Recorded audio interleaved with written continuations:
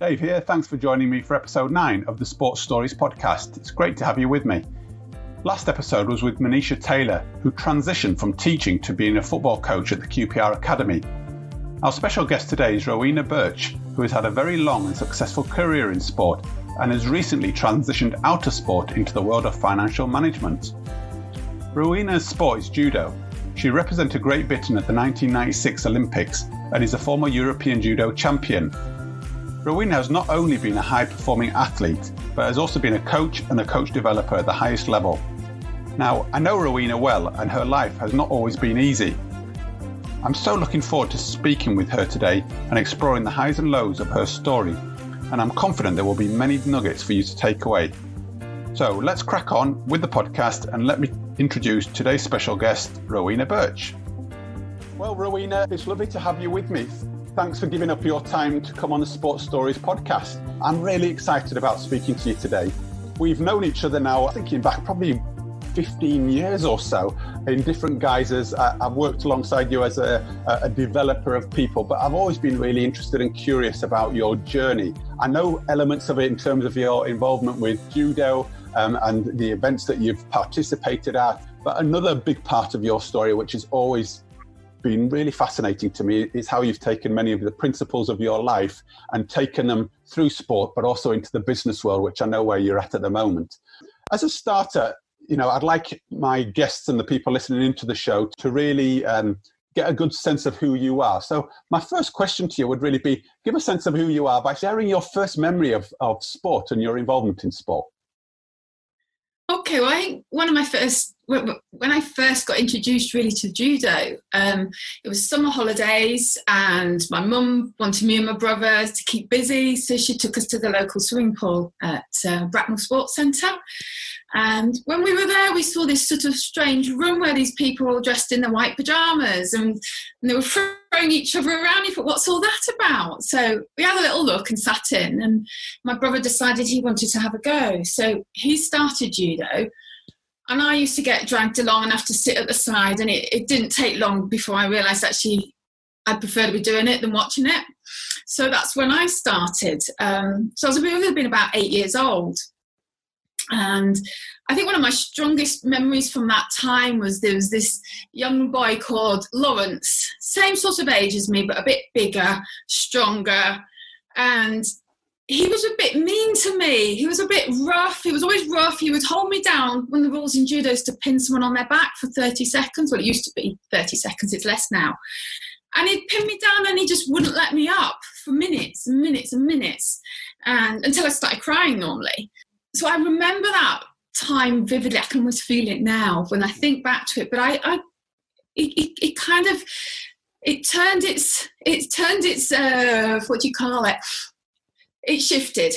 I remember there was our first club competition in the club, and it just my judo coach sort of put everyone against everyone, and there weren't that many girls, so the girls fought with the boys as well. I was about 8 or 9. And who did I get to fight in I think it's for a bronze medal, was Lawrence. And I was up opposite him, and I'd never seen him look so scared. And it was funny because for me, I think I perform better under pressure. Put me in that environment and everything else sort of goes out, and I just do it. Whereas suddenly all this doubt came into his head, people were all around watching. And I went out and I held him down in the competition, beat him, got the bronze medal, and we didn't really see Lawrence after that. So that's one of my first memories of Judo and Judo competitions.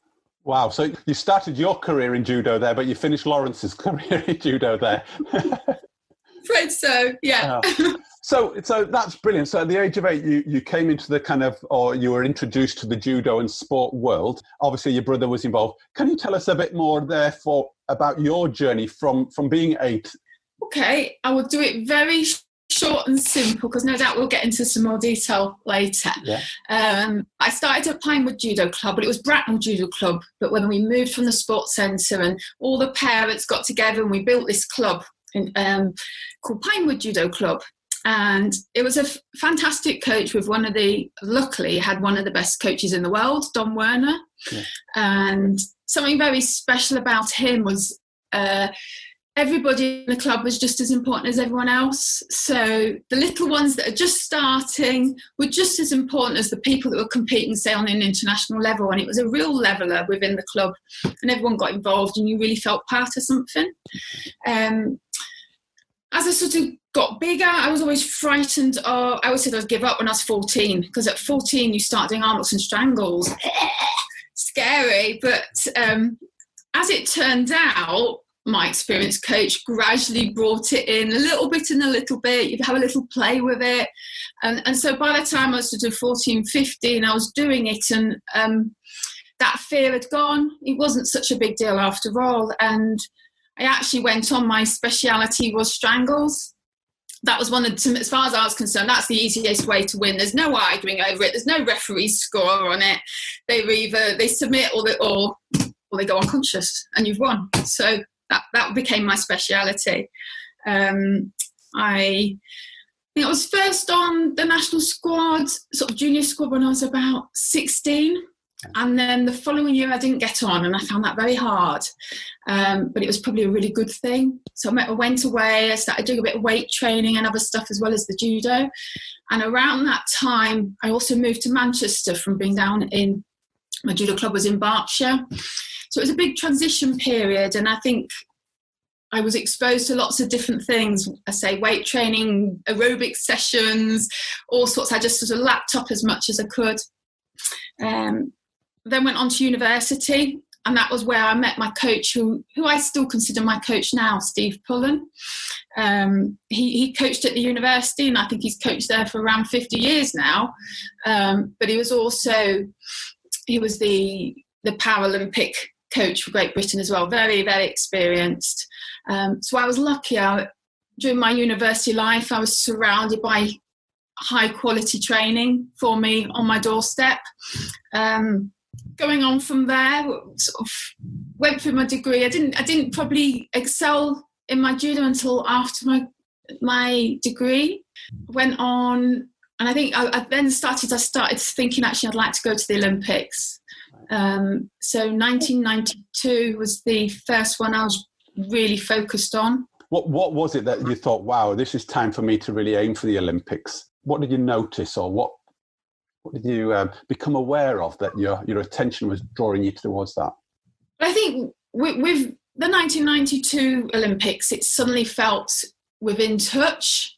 I'd finished my degree, I was training more. I actually moved down a weight category for an event in Paris tournament, which is like a world championships in many respects. And when I was at that event, I had a fantastic day, and I beat my idol, Emanuela Pirantosi, who's an Italian who was the world champion. And I'd been watched her and I'd admired her for many, many years. And there she was. Suddenly I was up against her, and we went down into the ground and she left her neck open.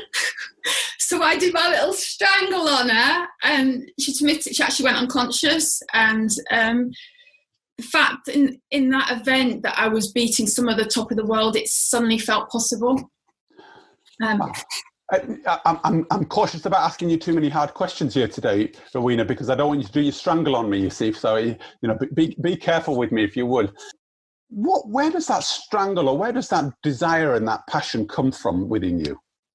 It's part of a judo skill. So it's you learn a skill like you would with any sport, and it becomes automatic. It'd be like, I don't know, knocking someone out in boxing. It could be, it just becomes something. You look for that opportunity, and it's drilled into you. I don't think, I want to hurt that person. It's not about hurting at all. And in fact, I'm devastated if I hurt anyone or injure them. Yeah. However, it's a very clean, easy way to win, because if they just tap 3 times, it's an automatic win, end of contest, you've done.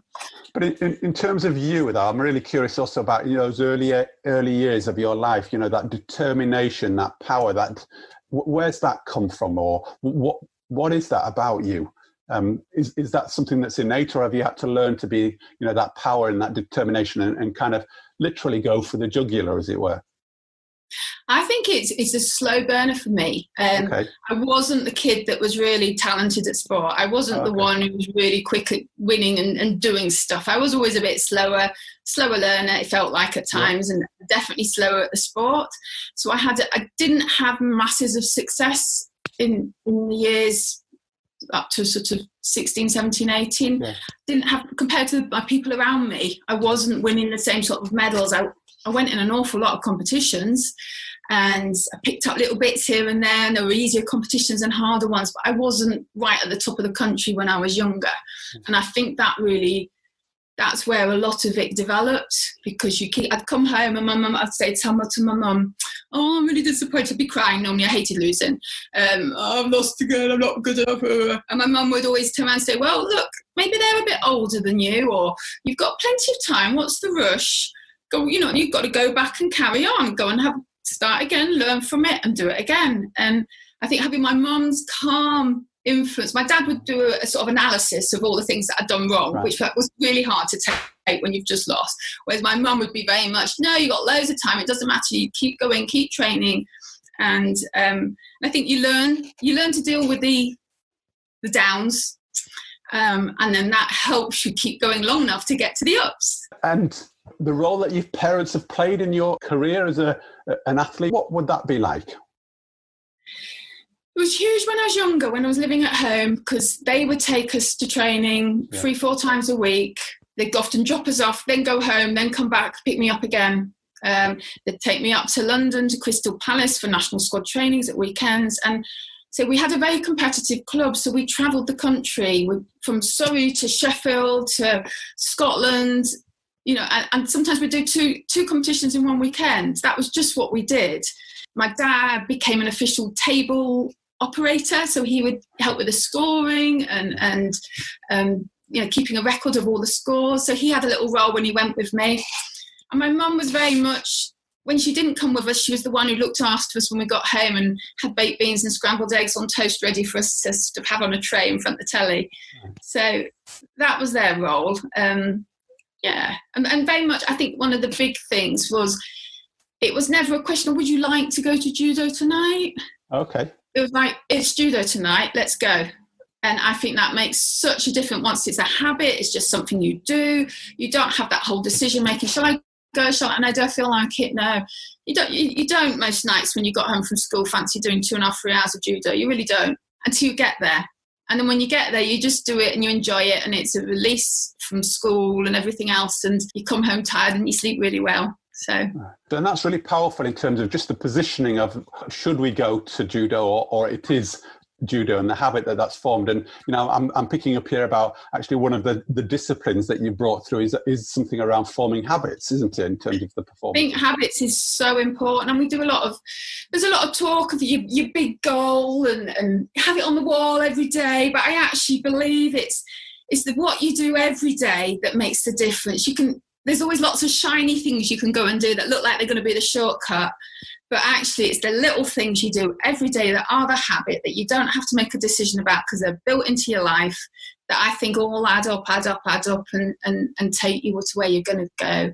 And that's not just in sport. I have to keep reminding myself all the time about every day, really. It's the little things, what the habits I need to be doing, what needs to be automatic. And leading on from that, in terms of your direction, you've shared part of your life story in terms of your judo career and where you've got to. I just want to focus. Can you share with us an example or a story about somewhere and something of your greatest success and how those habits really helped you? Okay, my greatest success was around recognizing that I actually loved those habits. Okay, so I'll tell you, there's a little story behind it. So Lovely. It was in 1994, and I was already beginning to think, actually, I'd really like to go to the Olympics. I had pretty much focused in on my training as the thing that I was doing. I did little bits of work teaching judo in schools and things to support myself, but my goal was judo and getting to the Olympics. And I went to this British Open in London. And it was always sort of the event that the team for the Europeans would be picked from. And I just kept thinking, oh, cranky, what if I don't perform? Then I won't go to Europeans, and I won't go to the Olympics. What if it all goes wrong? What if I get beaten? And I remember feeling really tired. I kept yawning. I wasn't sort of feeling, oh, wow, this is great. It wasn't fired up. I just was so frightened of losing. And as it turned out, I had a really pretty poor performance that day. I came across another British player that I should have beaten very easily, and my head wasn't in the right place. I was distracted, and she beat me. And I sort of came away from that competition thinking, am I wasting my time? What a waste of time. I've got a degree. I should be going out earning a living, building my career, and instead I'm going to a silly competition where I get beaten by someone I shouldn't be beaten to. What am I doing with my life? And I had a good 3 days, and I remember those days sort of waking up in the morning thinking, what should I do? Oh, is it worth it? I'm so fed up. And trying to weigh up in my head whether it was realistic, would I ever get to that Olympics? I think around the third day, I was with my boyfriend, and we sort of sat watching Cool Runnings. And I love that movie. But there was this bit in the movie when I think the coach said, if you're not good enough without the medal, you're never going to be good enough with the medal. And that just sort of sat with me. And it kind of made me realise that, I put all this emphasis on this going to the Olympics. That was my medal in my head, getting to the Olympics. And it was making me I was getting really sad around it because I felt like I wasn't worth anything really without it. And then I started realising, actually, but I loved the sport. I loved the travel with my friends. I loved the whole puzzle of how do you get better at this, and what is it within you that you've got to change. And I suddenly realised that I loved that thing that I was doing every day. And as long as I could do it, I wanted to be able to do it, whether I got to the Olympics or not. I knew it wasn't something you're going to do forever. But there was that recognition that actually I loved doing it. And so I stopped worrying about this silly, well, it's not silly, this giant goal, and just started enjoying every day. Now, about 3 months later, I found out I was selected for the European Championships. Luckily, the national coach had great belief in me. And I remember running along the canal with my boyfriend, and it was about a week before, and I said, I feel really good. And he turned to me and says, well, I feel really good as well. I thought, well, it's nice, isn't it? Yeah, this is lovely. It was a lovely sunny day, a bit like today. And we just were enjoying the training. And we ended up going to European Championships, which was out in Poland. And I say it was 3 months later, and we both won that European Championships on the same day. So it'd gone from 3 months before thinking about packing it in, thinking it's not worth it, I'm not going to make it, to a change of mindset, recognising that habit that I was doing every day, I actually enjoyed. That was special in itself. Yeah. The whole challenge and the dream was special in itself, whether I made it or not. And that took all the pressure off and let us get on and do what we had to do. So yes, that's an example of habits every day, but it's a mindset around those habits a little bit as well. It's lovely when you're picking up on that mindset stuff. And, for a minute I'm thinking there, gosh, this is really powerful stuff. But I'm wondering, what was the catalyst, do you think? What was the moment where you went, right, it's about my mind and I need to change it? Could you articulate that, do you think? It wasn't a matter of me recognising, oh, my mind's in the wrong place. It was a matter of me recognising I loved what I did. Yeah. So that's slightly different. And I think I got that from watching Cool Runnings. There you are. Yeah. Gosh, and so powerful stuff. And again, that plays to me that idea again about just getting better each day at a time, isn't it? Rather than looking too far away down at the goal. It's about actually, if I'm better tomorrow than I am today, then I'll continue to love what I do. You might not always be better tomorrow as you are today. Right. But you have to find the fun and the enjoyment in what you are doing every day. Right. And you might well be aiming to be better every day, but there's going to be lots of days you're not better than you were the day before, or it might appear that you're not better the day before. Right. Particularly if you're trying something new, quite often it sets you backwards before it goes forward. So you've got to be able to live with that, feel that, be okay with that. And what do you do then? How did you make yourself enjoy it? Or was there anything you had to do for yourself or put in place to ensure that you continued to just love what you did? I think there was that underlying. I did love what I did, but I didn't recognise it. Mm-hmm. So but once you recognise it, because it was all, but it came about winning the next medal, or maybe getting better, or all the rest. That's all important. It's not important, but it's actually recognising. Well, are you enjoying to some point? You might not enjoy all of it, but so you get a hard training session, a really hard training session. You might have your coach shouting at you. It might be going wrong. You might have tears. You might get, with judo, get punched and kicked or whatever, if you're not with a very good partner. So there's lots of elements that you don't enjoy. Yeah. But that satisfaction at the end that you've put in 100%, you've done a really good training session. The feeling afterwards sometimes is the bit you enjoy. Or it might be, actually, let's go for a drink with each other and have a cup of tea afterwards and just talk about life. Yeah. Sometimes it's the bits you attach on to the bits that you don't like that make it all really special. Yeah. And I think there's that, we can shy away from the pain and that's really uncomfortable. I don't like doing that bit. And if you do that too much, you don't actually get the pleasure of I suppose it's the endorphins and of the actual feeling, actually, I did something that maybe you didn't know you could do, or that sort of sense of achievement once you have done it. If I flip that a little, though, in terms of actually you were having a really bad day and things were not going well and they weren't going to plan, what would you do to try and bring yourself back round? Okay. I think one thing, it really helps with who's in your team. So for me, that would often be my coach, Steve Pullen. Yeah. He very much coaches the person rather than the sport.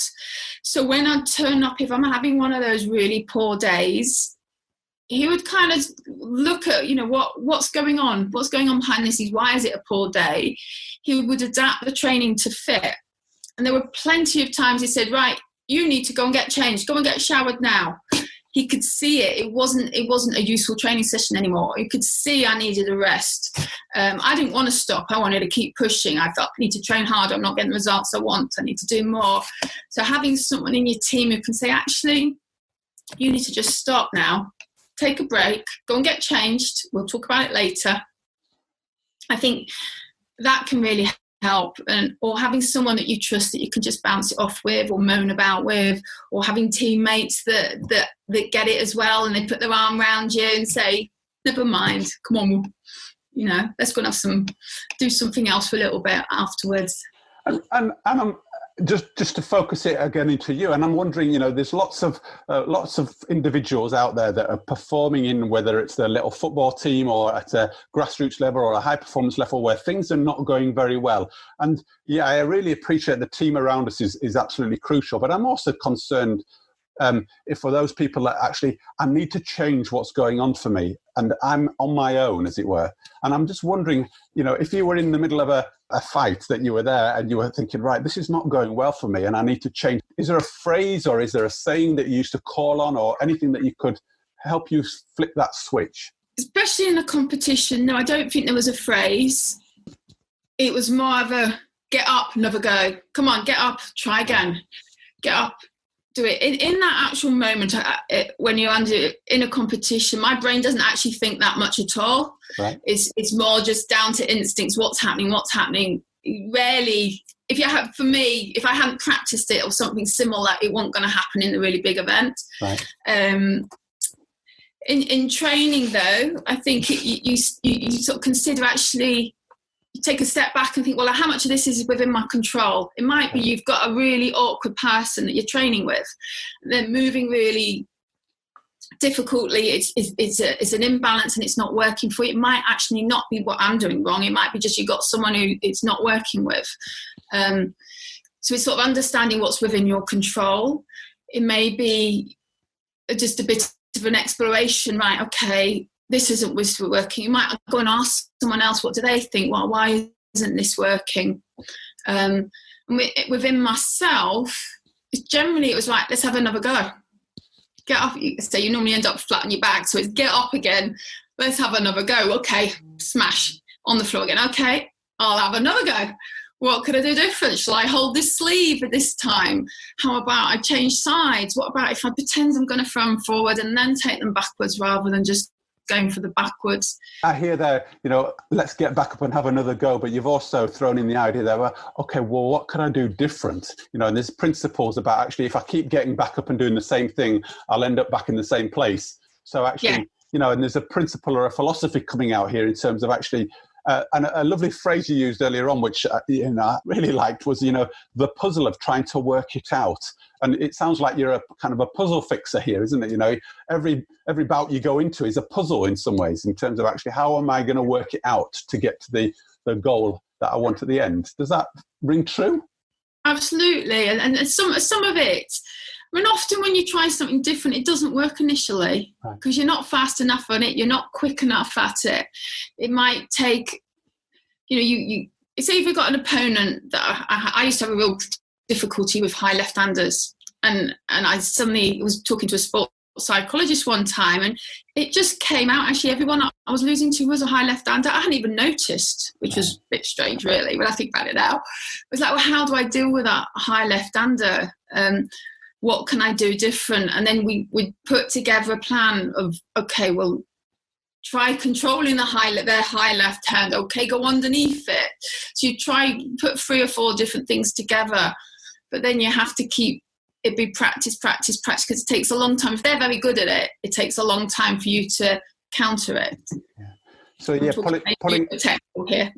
No. But I think for me, the technical stuff leads to the actual what's the principle, and actually what you're doing is really illustrating for me about the length and the depth of detail you went to in terms of what you practiced.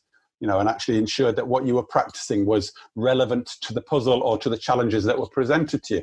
And it's lovely that, because for me, again, for those that are listening in, is that we can take out of this about actually, in order to progress and to perform at a higher level, we have to understand what's ahead of us and what the challenges are. Where do we consistently fall down? And therefore, how do we practice to overcome that? And I think it's a great principle which you're sharing. I think it's very much about that practice. So like tactically, I think there's a bit of an assumption of you can work it out in your head and you can do it. And tactics, I think, are much like sort of the technical side of sport. Yeah. They need practice and practice and practice until it's almost automatic to work under high pressure and against a top team, And even then, the circumstances change again. Yeah, and I'm also picking up very strongly about the value of the team around you to identify what's needed, and that actually, in many ways, you couldn't do it on your own. You needed, an external kind of perspective or a different lens to help point out actually a high left-hander or this particular person in this particular way is what's a bit of a blind spot, and it becomes then conscious, so you can start working on it. Wow. Yeah, that definitely helps, and use of video, looking back at things and seeing what happened, and then seeing how other people would tackle the same situation. What are they doing to get ideas? So, Rowena, just to broaden it out, thinking about actually that principle of, practicing or, using observation, what other great big challenges have you faced that have you found as great learning opportunities that you could share? And I honestly believe that performance sports gives you skills for life. And it isn't, I don't think it's always easy to transfer immediately. Sometimes it has to be a conscious effort. Think back to your sporting world and would you have dealt with it there, and then consider how do you deal with it in real life.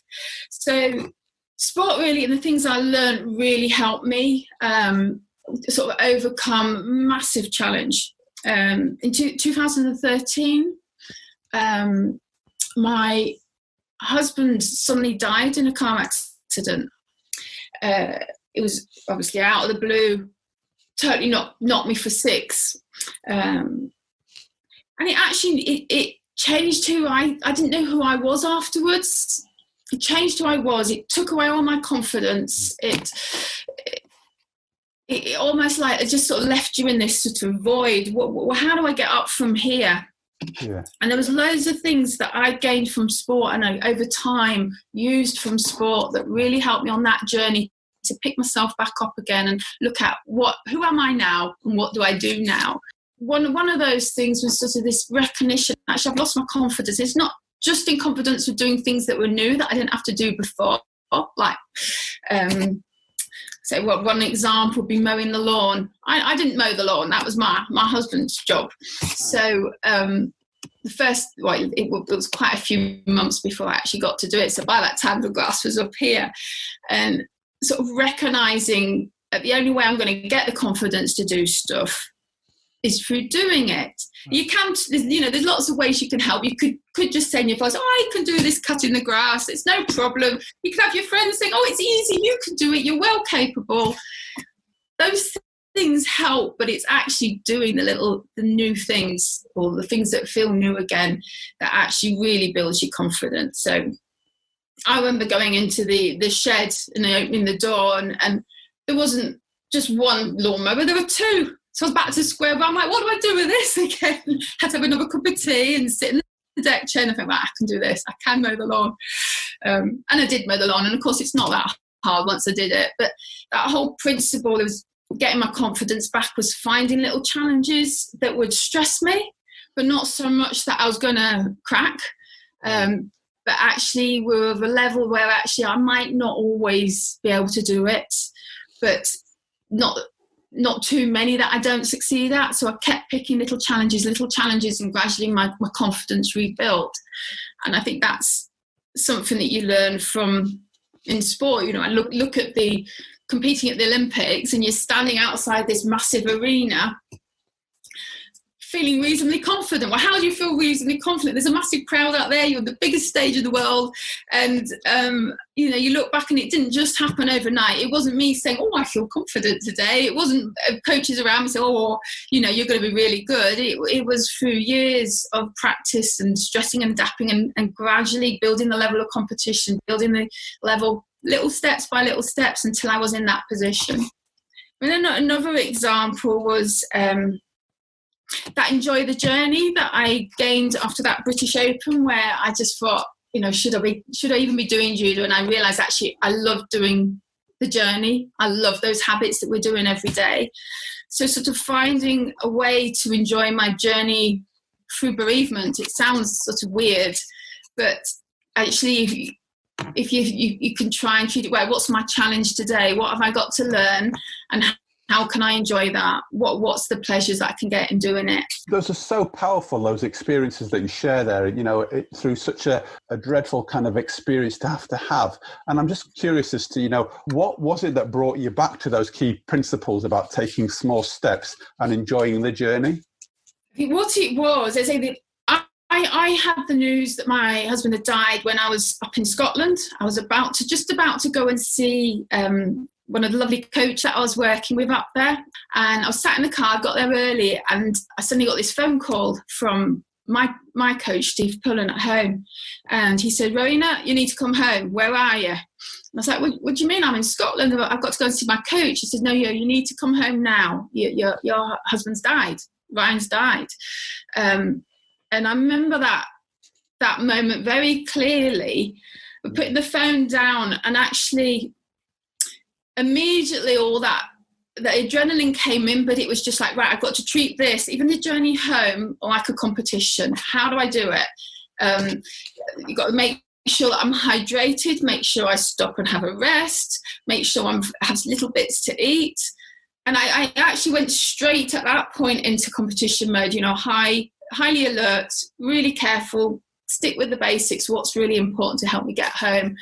And then on that way home, I was coming through the Lake District, and it was so beautiful.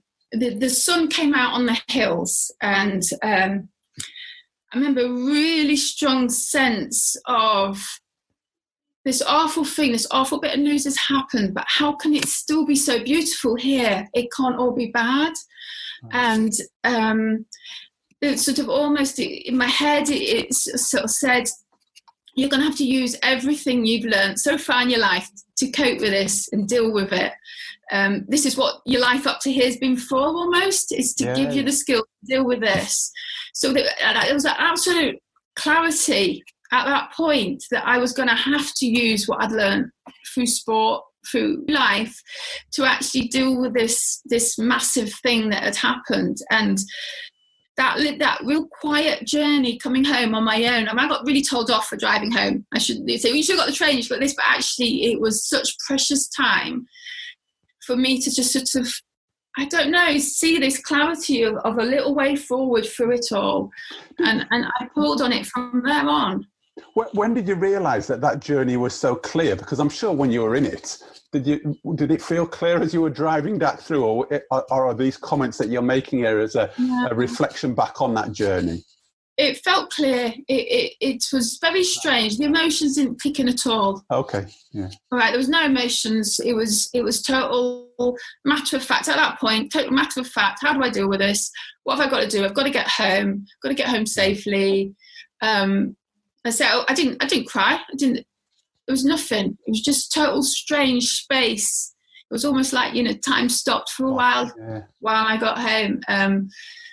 So yes, it was a moment of clarity. Once I got home, and it was like a circus after that around you, and things going on and people in, and the reality that it really have happened. Because on that journey home, it still might not have happened almost. You think, oh, maybe it's a mistake, But it was a very moment of clarity for me. Gosh, and a real illustration of us actually calling on the resources from the journey that you've been through in life, to actually help and aid you through, and the highs and lows of it all. I know it sounds all quite organised in your mind here and quite clear, but I'm sure it was quite messy at times as well, in terms of how you felt and. Oh, absolutely messy. I mean, you Google bereavement. How do you get over bereavement? Where's the ABC guide, please? I want it now. There's plenty of times I felt quite lost. And then you just hang on to what you know and try and use it and apply it. I mean, the other thing was I sort of think about when you go to the Olympics.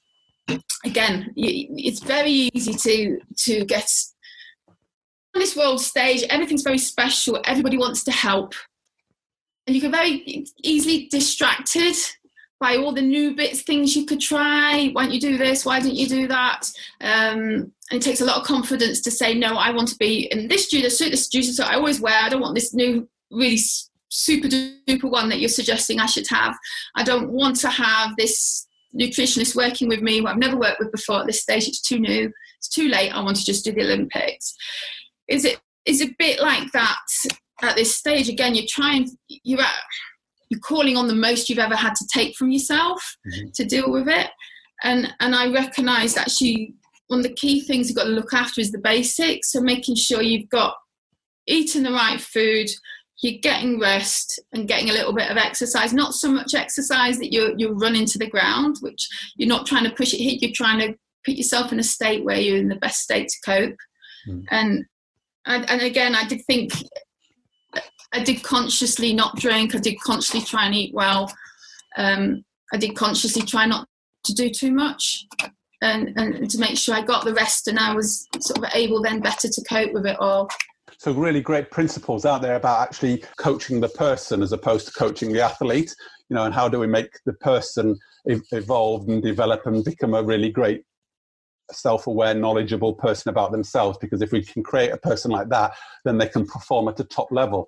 And I'm just drawing on what you're talking there about very strongly in terms of times of bereavement and so on. It's still, those principles are still key about actually having a really good mental health and a good sort of physical health, and actually just keeping a really good balanced lifestyle, and how important that is to help navigate those times of real, darkness and bereavement and so on. It's really important. Is that kind of what you're saying there? I am, yes. I'm your instincts to go and eat a load of rubbish comfort food and to drink yourself silly, but it doesn't help, and we know that. So yeah, it's I think I did pull back on, how do I do this? What do I know that can help me? Yeah. Anything that can help me make it feel a little bit better. Yeah. And did you do it on your own, do you think? Again, principles of going through bereavement is, I think, are really, really important, and especially in this day and age where I think we're losing lots of what we had before.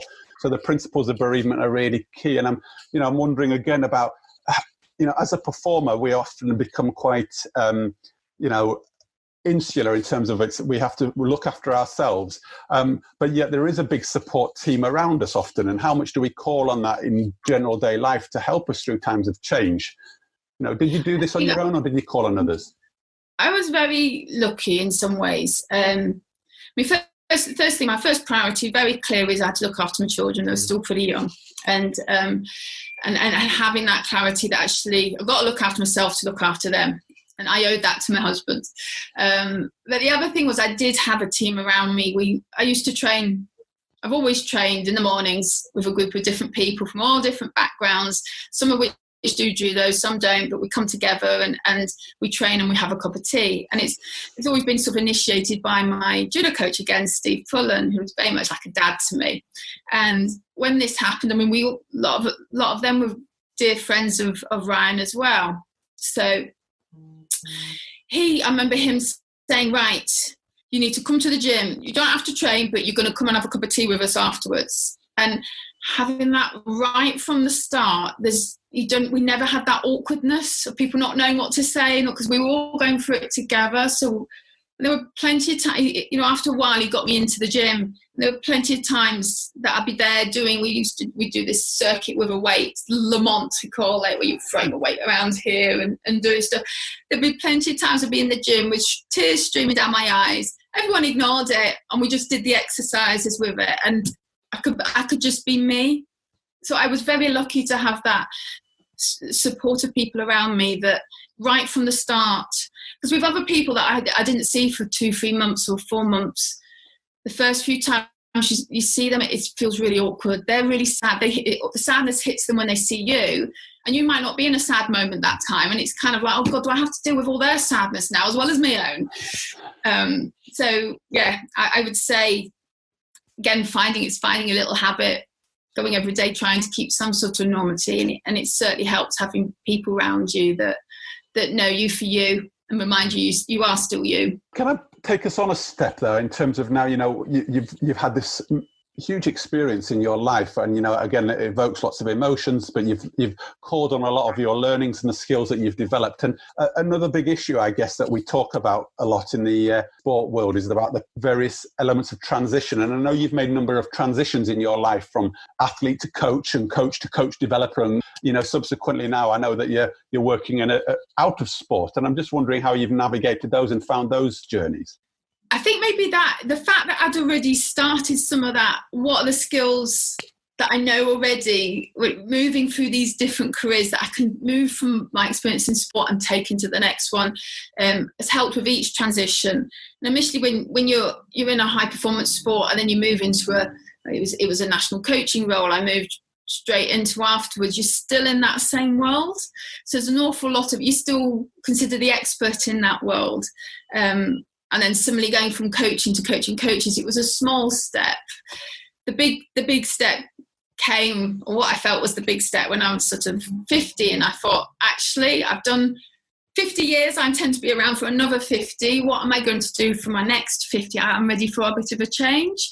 And I think what helped me through that is the little things I've had to learn along the way through those other transitions. You can't expect to be an expert at something immediately. It takes time, and I had to remind myself, how did I get good at doing judo? You get good by doing what you do every day. So what do I have to do every day to get good in my new role? And you have to allow yourself to be rubbish sometimes and to get it wrong. Hard for sports people that have been at the very top. An awful lot of people seem to expect you, because you are brilliant at that, you're going to be good at the next thing, and you're going to be good at everything. But actually you're still a beginner, and you need to make the mistakes and get things wrong and have the support around you. It reminds me, actually, I wanted to show you this. I did it was a 10k run, and it was a media city in Manchester. It was meant to be the 10k, and it got cancelled because of the coronavirus. So they told us to do it all online. And they sent us this little card afterwards once we'd done it all. And it says, never compare your beginning to someone else's middle or end. Lovely. And I just thought, I so love that, because you do instinctively, I do, because I want to be the best. So I'm competitive. You're starting something new, and you look at the people around you, and they all seem to be doing everything so well, and you just think, oh, I'm rubbish at this. But recognising, you're at the start, you're going to have to just get out there and take some risks, build your confidence through stressing, new challenges, getting it wrong sometimes, adapting. That's the key principle. But it's such a lovely saying, but there's also something for me about celebrating the good things that you've brought with you from those other places as well. So, you know, there might be some things which you're not very good at, okay, but there might be some things that you're really expert at, because you know, I'm very aware of the industry and the world that you've gone into, and I'm just thinking, wow, you've got those 50 years, and I'm sure there's some brilliant stuff you've learned, because you've actually shared that for me, that some of the things you took from the sport helped you through some of the transitions, and now into this industry as well. So I guess it's interesting, isn't it? What you do take that you're an expert at, but there's also what you have to recognise you're new at and a beginner at. I think it's, and I will go into that a little bit, but it's typical of a sports person. You get asked. I remember I was in a group of us with all sort of ex-Olympians, and it was people getting support on our transitions, and we would set this goal plan, and we all had to say we had to have 2 goals or 2 things around things we were really good at, and 3 things around things we weren't so good at. Every one of us only worked on things we didn't consider ourselves good at, and none of us had followed the instructions. But why is that though? Why didn't your focus? I don't know why that is. You always want more. But I have found that so many skills have been transferable into my new role as a financial advisor. That whole coaching, talking with people, helping them to think about what they're trying to achieve, why it's important to them, what are they doing at the moment, why are they doing that? That question asking. Similarly, helping them to pull on experts around them. They don't have to be expert at everything, just as the athlete doesn't have to be the expert on strength and conditioning. They get a stretch and different conditioning coaching to help them with that. Similarly, if there's a particular area of their financials planning that needs an expert in, get an expert in to help them with it. And I think it's also around, look at it like if you're planning to get to the Olympics, you have to put some contingency plans in for what if this happens, what if that happens, what if your judo suit doesn't arrive and your bag gets lost, how are you going to cope then? And it's similar with finances, what are the things that could go wrong? This is where you're trying to get to. Is there anything ways we can mitigate that to make sure that bump that could happen doesn't take you off it might make you on a little side road onto where you go, but it doesn't actually stop you getting to where you want to get to. And did you know that all of these things were going to be relevant and transferable into that role before you took it on, or have you worked this out as you've gone into this world? I had a sense of it. And that was through a few things. One through myself trying to sort out my own finances after my husband died, and that sort of learning journey through that. Through talking with my mother and her trying to sort out her finances, and she'd ring me up every week and ask me, how do I do this? What do I should be doing? And at the time I didn't know, but sort of an awareness actually. If I know this sort of the information, the way things worked in the financial world, whether it's way pensions work or investments and savings, if I understood that better, then I would be able to ask the right questions to help my mum, help other people, help myself make the right decisions that are going to help build the goals of what we're trying to achieve. You've really cemented that for me in terms of actually kind of using that coaching style or coaching approach with the clients that you work with in the financial sector, trying to establish what their goals are, where they're trying to get to, what's the reality of where they're at, and help bridge the gap in some ways and work towards it. Absolutely. So it's very much being part of the team, the long-term team, like my judo coach was with me through the ups and downs. It's the same, your finances change, your needs change as different things happen in life, and to have someone there who's kind of gets you and what's important to you and understands what's happening and where you've come from can help under those circumstances when there's change going on and you actually need to make new decisions, help make better decisions. What's been your greatest challenge in this most recent transition from where you were into the financial world? What do you think has been your hardest step? The hardest step is wanting to be the expert at everything. I want to be really good at it, impatient to be really good at it. And like anything new, that takes time. And I what I've done is I've built a team around me who have expertise in different fields and different areas within the financial world to, one, help me learn, but also in the meantime pull on to help support my clients as well when there are areas that I maybe not be as strong on.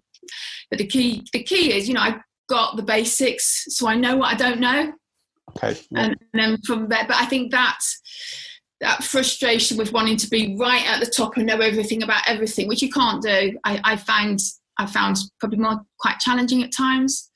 So I'm kind of hearing again in terms of a principle of how to navigate this is kind of, what do you set as your success measure? Because if you're trying to be the very best at everything is what is that? And I'm nearly hearing what you've come to in terms of actually recognizing, knowing what you don't know, okay, is one key thing, and then actually becoming an expert. Okay, and I choose that word really carefully there, because you become an expert in pulling the experts around you. So building the right team to have a really high performing team for your clients is being what you're becoming expert at. Yeah, definitely. That's definitely a big part of it. Yeah. Great, good stuff. Okay, well, there's so many key principles from your story, both in the sport and in transitioning into the business world, which I think we can hopefully pull on and draw. And I want to just narrow us down a little bit now. I'm going to ask you a number of quick fire questions, because I really want to help, again, the listeners, taking from your story some real tangible things which might be able to help them. And, I'm again really conscious that we're in a very changing world. And I think what's really struck me is some of the changes that you've had to navigate your way throughout your life and your career, some chosen and some really purposeful, but actually some others that have been put on you, should I say. And, and I think there are key principles in both of them, but using that controllable kind of message in terms of, look, I've gone in here and I've tried to drive my way through these different scenarios. Okay. So I'm going to throw some questions at you, be quite short and sharp. Okay. And let's see if we can give some real gems out to those that are listening in. What sort of reading or books have you used that might have informed your story throughout your journey? I'm not sure it's informed my journey all the way through, but a book that is very significant to me was Riders by Julie Cooper. And the reason I say that is that was the book I read when I went out to compete at European Championships, and it actually helped me just switch off from the pressure. I had to compete on 2 days with a day's rest in between each day. We get the day before, so there's quite a lot of downtime. And that book just took me into a different world, helped relax me so that when I needed to perform, I was at my best. So Julie Cooper, Riders. Right, great. And are there any other ones that have informed you? I mean, because I love the way you've kind of interpreted the question, because I think there is something about actually what do books do to us? And some of them calm us down, but some of us inform us. And I wonder, are there any texts or books which you might steer people towards that might give them greater insights, or not? I've thought of there's another sort of couple of books that I think have been quite significant recently for me. Yeah, great. One of them was the Mindfulness Guide for the Frazzled by Ruby Wax. Now that one I listened to as an audio, and it's really good as an audio because Ruby is quite funny. Yeah. And I think that one was really relevant because I think when you're someone who wants to be the best they can be, you can get quite frazzled. You can go, I need to do this, and you're pushing, and actually recognizing and building the skills in mindfulness can be really helpful with that, to just calm it, yes, and create a bit of space that you can actually then carry on and do a little bit more. So that's one book that was quite significant to me. And another one was Michelle Obama's Becoming. I love that because Michelle Obama, Barack Obama, they're right up there, and you're thinking, what must it be like to be their lives? And through that book, you hear actually she's quite normal. Similar sort of insecurities and difficulties, and I found that in itself very reassuring.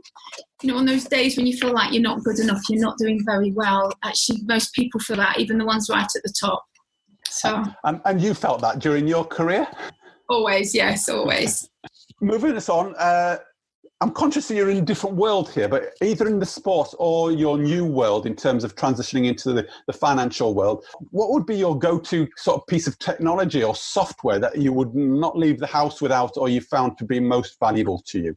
Well, in recent weeks, Zoom, dare I say it. And one of the biggest reasons for that, I think I've talked about how important my morning training is with my friends and my judo coach. Well, my judo coach, he's now nearly 80. And when this shutdown came on, suddenly the guy who was out every night of the week running judo clubs and out running training sessions was suddenly sheltered and had to stay in his home. And he introduced, I said, why don't you come on these, have a chat with us, a few of us on a Zoom call. And he hadn't done Zoom before. None of us had done really Zoom before, but we started it anyway. He came there was about 5 or 6 of us. He came and joined this Zoom call. He said, what are you doing sitting around drinking? We should be doing exercises. Go and get a stick, go and get a weights.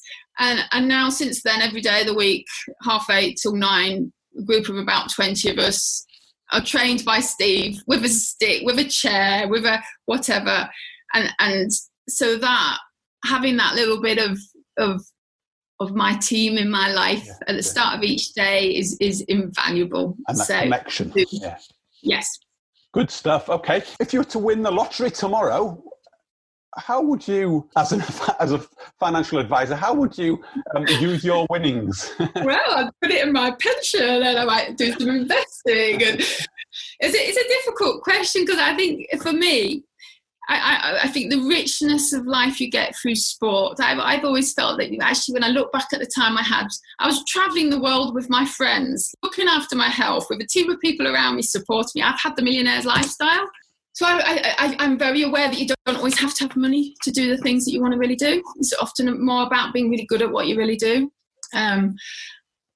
So if I had £1 million, I might like to visit a few places that I went to before and we stayed in really rough accommodation and stay somewhere nicer. Okay.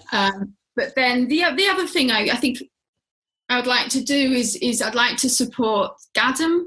Yeah. GADM's a charity that I'm a trustee for that supported me and my children particularly through the bereavement. They do caring support, bereavement support, therapy services, and they're dear to my heart because at the time when you really need it, they were that helping hand that I needed. So I think I'd put a big chunk of it to help them carry on doing the work that they're doing for the people that need it when they need it.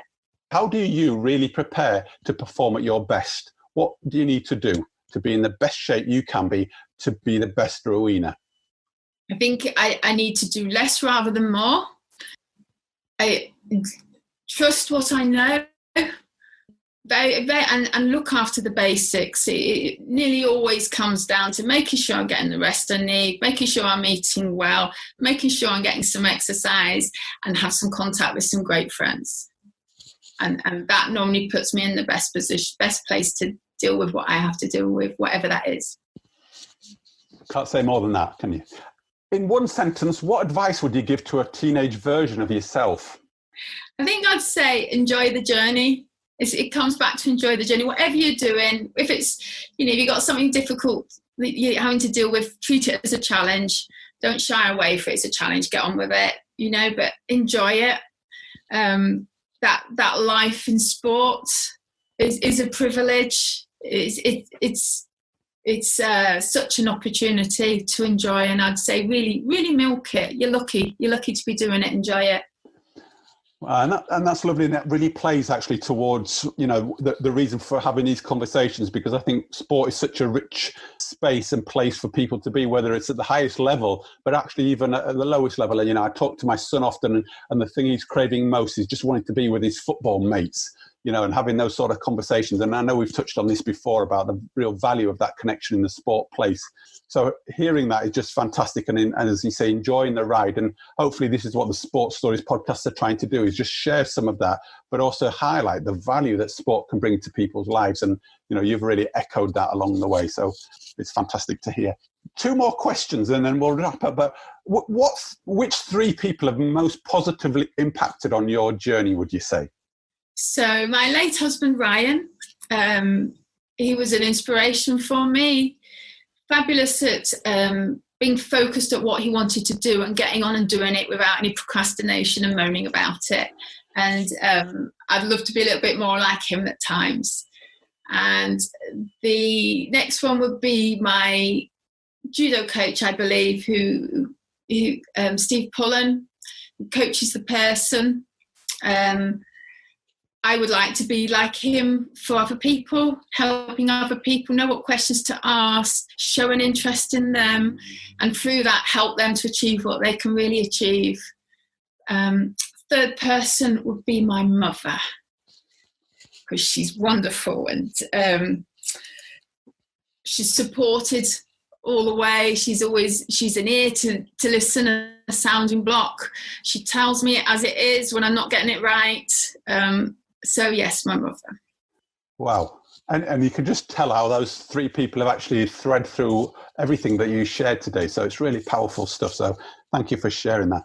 And then the very last one I would put to you is, given that you've shared your story and actually there's been loads of inspiration, you've been really vulnerable and showed, some of the real downsides and the learnings you've taken from that, as well as some of the great highs of your career. Who would you really be interested in hearing their sports story, and for what reason? I'd love to have a good chat with Jessica Innes-Hill. Hugely admire her. My daughter was inspired by her and wanted to be a heptathlete. So then I started really, really watching her and following her and looking into it. And I think it's amazing. I'd love to know more about what happened in those early days when she's surrounded, your typical body type for someone in heptathlon is a lot taller than Jessica, and sort of how that felt, whether she believed that it was, they didn't make any difference, what the influence of her coach was around that. That whole, I love a sort of a story that challenges what people perceive to be the rules and the guidelines when actually they may be invisible and they're not actually there, they're just a perception. And I'd love to know a little bit more about that bit of her journey and what took her through it and stopped her thinking, oh no, I don't fit in this box, I'm not in the right place. Well, Rowena, for me, you take us right back to the start, actually, in terms of actually you challenged the rules a bit with being a 7 or a 9-year-old going onto the mat in the first place as a young girl and winning. And I think it was Lawrence, wasn't it, who never came back again. But you're actually starting your journey as going to break the rules a little bit and go and assert yourself. And, and I think one of the things I've really picked up strongly about is your courage in terms of how you've navigated all the ups and downs, but also been really positive in your outlook and driven your journey. And I think it's a real credit to what you've done. And, I know you've put it on to Jessica in wanting to find out a little bit more, but I think you're a living example of how you've, as you say, navigated this with a smile on your face. So thank you ever so much for kind of being so open and honest and sharing, because I think it truly does give other individuals some hope. It gives them inspiration. It gives them ideas even as to actually what is possible, because actually you've proved that pretty much anything's possible if you have a great time, enjoy yourself and put in the hard work, actually. And, I'd like to wish you good luck on the next part of your career. And I'm always a great admirer of somebody that picks up the challenge at whatever stage in their life. And I know you've changed career massively, but again, hearing it and seeing you with a smile on your face and embracing the new challenge of a different world is fantastic. And should anybody who's listening in be interested to find out a little bit more about what you do, can they make contact with you in any way? Yes, I think LinkedIn's probably the best place to do it from. I'm reasonably regularly updating on LinkedIn what I'm doing and how it's going. And so just connect with me on LinkedIn, send me a message. Great stuff. Well, on that note, I'd like to draw us to a close. Thanks again ever so much for being so open.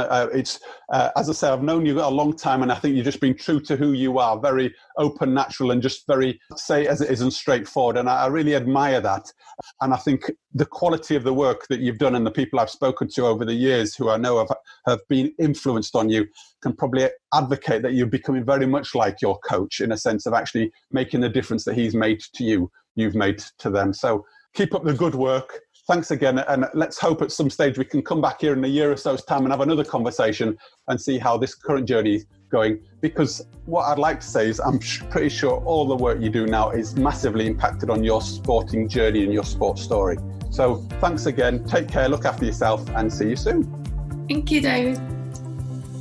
Wow, what an interesting conversation with Rowena. There were definitely some real highs and some devastating lows within her life to date. What really shook me is how when she was looking to perform at her best or put herself through difficult patches, she reverted back to getting the basics right: rest, food, exercise, and connecting with some friends. I was also drawn to the importance of good habits and the desire she had to work out the puzzle she was faced with. The puzzle could be anything from the opponent in front of her, the person she was helping as a coach or financial advisor, right through how she managed the loss of her husband and transitioning through her career. Her courage and desire to take on challenges in order to learn and develop is so clear to see. So with this in mind, I'd like to pose these questions today. What small steps over the next week or two do you need to put in place to begin forming a new positive habit? Furthermore, how are you going about solving the puzzles you're faced with? How could you become more effective at this? As always, I hope the questions give you something to think about and add to the enjoyment and value you get from the podcasts. If you've missed anything, please feel free to drop me a note at sportstories247@gmail.com or take a look at the show notes below. As a quick reminder, we have another special guest next week where we will delve into their story, unpick how they've navigated the sporting world, and look to provide you with some nuggets of information and further inspiration. So look out for the Sports Stories podcast on all the usual podcast platforms. It would be great if you could leave a brief comment on Apple Podcasts, as this helps the undecided potential listener that they will get some real great value from the podcast. So to wrap things up, thanks for joining me. Have a great week. Look after yourself. And I really look forward to having you with me, Dave Levine, on the Sports Stories podcast again next week.